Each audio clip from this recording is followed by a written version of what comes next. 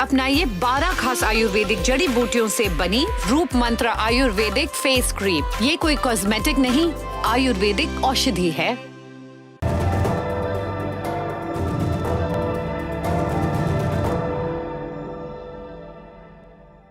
महान कवि देव कोहली से माफी चाहते हुए उनकी एक अमर कविता पढ़ना चाहता हूं। जहर है कि प्यार है तेरा चुम्मा, कैसा ये खुमार है तेरा चुम्मा। ये आज दुनियादारी में पुच्ची की बात क्यों? क्योंकि बीती रात कांच के कटघरे में एक आदमी था, सरकार की नजर में कैदी। उसे सजा सुनाई जा रही थी, निरी बेतुकी, और वो इससे जैसे बेपरवाह अपनी बीवी को दिखाने के लिए कांच पर दिल बना रहा था, फिर यूं हाथ से। और बीवी वो फिर से दुआ कर रही थी। कुछ ही महीने पहले तो उसके आदमी पर जहर वाला हमला हुआ था, और ये सब हो रहा था ताकि पुतिन का सत्ता का खुमार बरकरार रहे। नमस्ते, मेरा नाम सौरभ द्विवेदी है। आप लल्लन टॉप का अंतर्राष्ट्रीय खबरों का प्रोग्राम दुनियादारी देख रहे हैं। दुनियादारी में आज सबसे पहले एक जोक सुनिए। रूस का एक कानून है प्रोबेशन का। इसके मुताबिक अगर कोर्ट ने किसी को दोषी पाया लेकिन जेल नहीं भेजा तो एक शर्त माननी होगी कि एक तय समय तक हर महीने एक अधिकारी के सामने हाजिरी लगाओ। ऐसी ही हाजिरी लगानी थी नवल्नी को। वो ऐसा कर भी रहे थे, लेकिन अगस्त 2020 से लेकर जनवरी 2021 तक ऐसा नहीं कर पाए। इसकी वजह, भाई साहब कोमा में थे एक जहरीली गैस के हमले के चलते। ये हमला अगस्त 2020 में हुआ। इससे ठीक होकर जर्मनी में अपना इलाज कराकर वो 17 जनवरी 2021 को लौटे और फिर हाजिरी भरने लगे। लेकिन कोर्ट कुड़ गया, बोला शर्तें तोड़ी हैं। कोई कोर्ट से पूछे कोमा में पड़ा आदमी कैसे आएगा, लेकिन नहीं पूछा, या शायद जज ने सुना नहीं, और नवल्नी को 3.5 साल कैद की सजा सुना दी। जो खत्म हो गया। अब हकीकत की बात कर लें। रूस के शासक पुतिन पर आरोप है सब विरोधियों को कभी गोली, कभी जहर, तो कभी जेल के रास्ते से हटाने का। आज हम आपको नवल्नी के किस्से का रिकैप तो बताएंगे ही, और भी कई पुराने विरोधियों के हश्र की कहानी सुनाएंगे। लेकिन सबसे पहले बात करेंगे एक चैम्बर की, जो बना रूस के क्रांति नायक लेनिन पर चली एक औरत की 2 गोलियों के चलते। लेनिन पर बात मतलब हिस्ट्री से शुरुआत। रूस की राजधानी मॉस्को। 1917 की क्रांति के बाद यहां लेनिन के नेतृत्व में कम्युनिस्ट पार्टी का शासन आया, लेकिन जार के वफादार अभी भी कायम थे। अगस्त 1918 में फैनी नाम की एक महिला ने लेनिन को मारने के इरादे से गोलियां चलाईं। 2 गोलियां, इनमें जहर भी भरा था। लेनिन बच गए, लेकिन उनके बनाए सीक्रेट पुलिस संगठन चेका ने आगे के बचाव के लिए जैसे सबक ले लिया हो। सबक ये कि कोई तुम्हें जहर दे, उससे पहले उसे जहर दो। सत्ता के सामने जो भी चुनौती हो उसे रास्ते से हटा दो। सीक्रेट पुलिस संगठन चेका बाद में यही केजीबी बना, और अब एफएसबी, रूस का खुफिया संगठन। और इन्हीं संगठनों ने बनाया कामेरा। यह रूसी भाषा का शब्द है जिसका अर्थ होता है चैम्बर। यह नाम है आज से 100 साल पहले यानी 1921 में बनी एक सीक्रेट लैब का। इसमें नए नए जहर बनाए जाते थे, नए नए जैविक और रासायनिक हथियार विरोधियों को मात देने के लिए। कहा जाता है कि यह लैब आज भी चलती है। मॉस्को के बाहर एक हल्के भूरे रंग की इमारत में। इस इमारत पर जाएंगे तो बोर्ड टंगा मिलेगा, साइंटिफिक रिसर्च इंस्टीट्यूट नंबर 2। रूस से भागे कई खुफिया अधिकारियों ने अपने बयानों में इस बिल्डिंग में चल रहे कामेरा का जिक्र किया है। और इस कामेरा में बनने वाले जहर की खासियत क्या थी? इसका कोई गंध या स्वाद नहीं होता था। एक और खास बात थी, टारगेट के हिसाब से जहर तैयार किया जाता था। एजेंसी को पता होता था जिसे मारना है उसे बीपी है या शुगर, खाने में एलर्जी किस चीज की है, सांस की तकलीफ अगर है तो कितनी, और उसी के हिसाब से टेलर मेड जहर तैयार। एक बात और तय होती थी कि जान से मारना है या नहीं, वो शब्द नहीं बोलेंगे, लकवा मारना है। ट्रिक आखिर में थी कि जहर ऐसा बने जो बाद में ऑटोप्सी रिपोर्ट में पकड़ में ना आए। अब सवाल यह उठता है कि एक कामेरा बना, 100 बरस चला, बाकी का क्या? रूस में कई कामेरा हैं, कई सीक्रेट लैब हैं, मसलन शिखाने लैब। कहा जाता है कि यहां पर रूस का मिलिट्री रिसर्च इंस्टीट्यूट है, और यहीं पर बना था नवल्नी को कोमा में भेजने वाला कथित जहर, जिसका नाम है नोविचोक। इस शब्द का अर्थ नया आगंतुक। और ऐसा नॉमेनक्लेचर क्यों? क्योंकि यह रूस की सीक्रेट लैब में तैयार हुआ चौथी पीढ़ी का जहर था। हमने आपको दुनियादारी के पिछले एपिसोड्स में नोविचोक के हमले, नवल्नी के जर्मनी में भर्ती होने और रूस वापस लौटने की कहानी विस्तार से बताई थी। आज आपको ये बताते हैं कि नवल्नी से पहले भी कई ऐसे लोग हुए जिन्होंने लोकतंत्र की हसरत पाली, लेकिन उनका हाल कुछ और ही रहा। सूची में पहले नंबर पर हैं सेर्गी यूशेनकोव। एक जमाने में सोवियत आर्मी के कर्नल थे, फिर पॉलिटिक्स में आए। यूशेनकोव रूस की चेचन्या पे पॉलिसी थी, उसके विरोधी थे। जब पुतिन प्रेसिडेंट बने तो ये पॉलिसी और क्रूर हो गई और यूशेनकोव ने इसका और विरोध किया। 2001 में यूशेनकोव ने एक ग्रुप ज्वाइन किया जिसका नाम था लिबरल रशिया। उन्होंने अपने साथियों के साथ मिलकर इस ग्रुप को पॉलिटिकल पार्टी के तौर पर रजिस्टर कराया। फिर तारीख आई 16 अप्रैल 2003 की। यूशेनकोव ने ऐलान किया कि मैं अगला संसदीय चुनाव लड़ूंगा पुतिन के खिलाफ, और इस अगले ऐलान के अगले ही रोज गोली मारकर उनकी हत्या कर दी गई।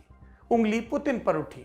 वजह, यूशेनकोव ने कहा था कि 1999 में मॉस्को के भीतर अपार्टमेंट में जो बम ब्लास्ट हुआ था ये पुतिन की सरकार ने ही करवाया था। यूशेनकोव का कहना था कि हम जल्द ही सबूत देकर ये आरोप साबित कर देंगे। सूची में दूसरा नंबर यूरी शेकाचेहिन। यूरी स्वतंत्र पत्रकार थे। उनकी एक इन्वेस्टिगेटिव मैगजीन थी नोवाया गजेटा नाम की। 7 जून 2003 की बात है। यूरी मॉस्को से करीब 200 किलोमीटर दूर एक शहर में थे।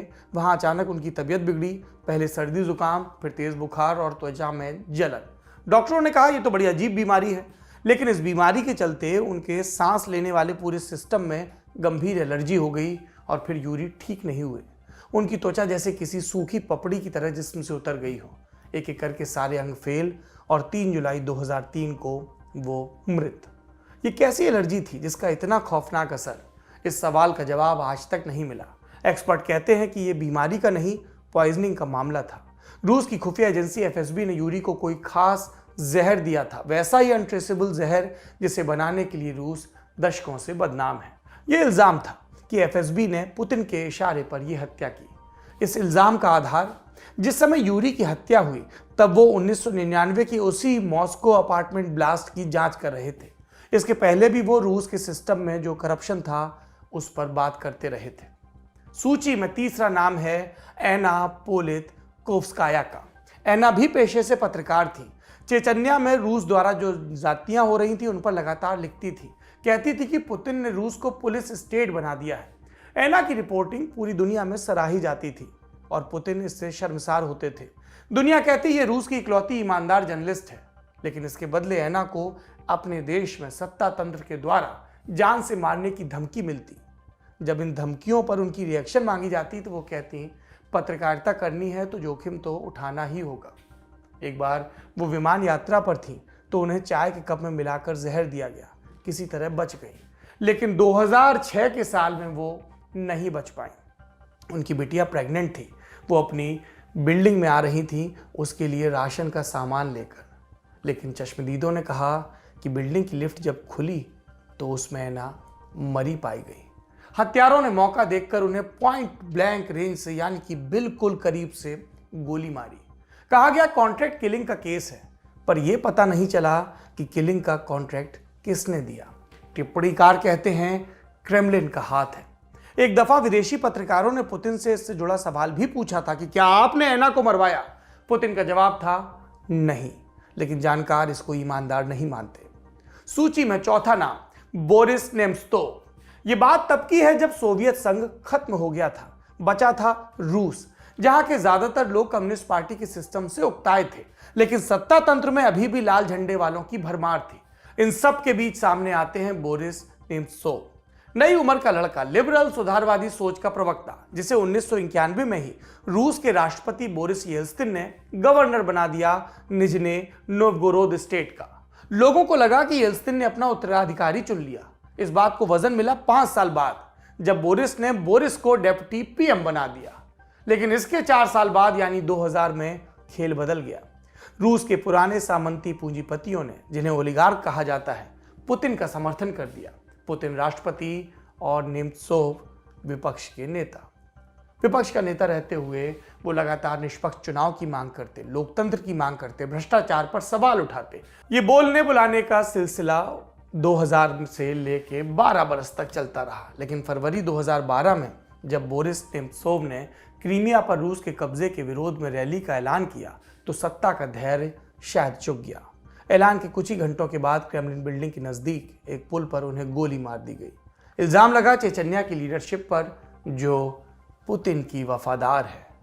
सूची का 5वां और आखिरी नाम बोरिस बेरेज़ोवस्की। बेरेज़ोवस्की बड़े बिजनेसमैन थे। पहले खास माने जाते थे बोरिस येल्त्सिन के। कहा जाता है कि जिन कारोबारियों के सपोर्ट से पुतिन को सत्ता मिली उनमें इन भाई साहब का भी नाम था और उन्होंने सपोर्ट के बदले पुतिन से फेवर की उम्मीद की। लेकिन राष्ट्रपति बनने के बाद पुतिन ने ओलिगार्क्स के प्रभाव से छूटने के लिए उनके पर कतरना शुरू कर दिया और उसमें बेरेज़ोवस्की भी नाप दिए गए। भागकर ब्रिटेन चले गए, कसम खाई पुतिन को सत्ता से गिरा कर रहेंगे। लेकिन क्रेमलिन और पुतिन के ऑपरेशंस के खुलासे करने का उनका सिलसिला 2013 में रुक गया। इस बरस वो अपने घर के बाथरूम में मरे हुए मिले, गले में एक फंदा।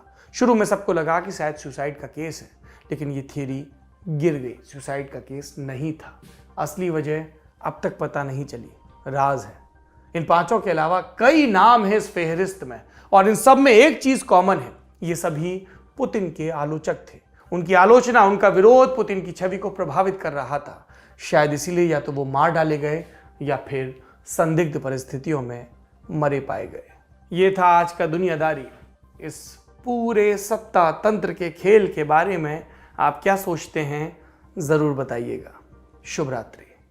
कसर रह गई हमारी कोशिशों में, कसक रह गई कि देश जितना बेहतर, जितना महान हो सकता था, हो नहीं पाया। और एक कसम रह गई कि देश का जो कर्ज है उसे थोड़ा बहुत तो उतारना है। भावुकता का लबादा ओढ़कर बोलता तो यूं बोलता, लेकिन बात सीधी है तो सच्चे ढंग से आप तक कही जानी है। लल्लन टॉप लेकर आया है एक नया प्लेटफॉर्म, तेरा तुझको अर्पण। ये प्लेटफॉर्म उन सब भारतवासियों के लिए है जो भारत से दूर किसी दूसरे देश की जमीन पर है, कभी पढ़ाई के लिए, कभी नौकरी के लिए। ये उन सब भारतवंशियों के लिए भी है जिनकी पहचान का हिस्सा ये महान देश है, लेकिन कुछ कसर और कसक है। तो आइए कसम खाएं कि देश को बेहतर बनाएं। हमें आपसे चाहिए आपके हिस्से का ज्ञान, जो आप लल्लन टॉप के जरिए अपने देशवासियों के साथ साझा करें। ये मस्ती के पल भी हो सकते हैं जब आप कहीं घूमने जाएं और आपको लगे कि सिर्फ मेरे यार दोस्त और परिवार वाले ही क्यों, पूरा देश जाने इन नायाब चीज़ों के बारे में। ये पॉलिसी से जुड़ा, ज्ञान से जुड़ा कोई मसला हो सकता है। तो आइए और लल्लन टॉप की इस नई पेशकश तेरा तुझको अर्पण का हिस्सा बनिए।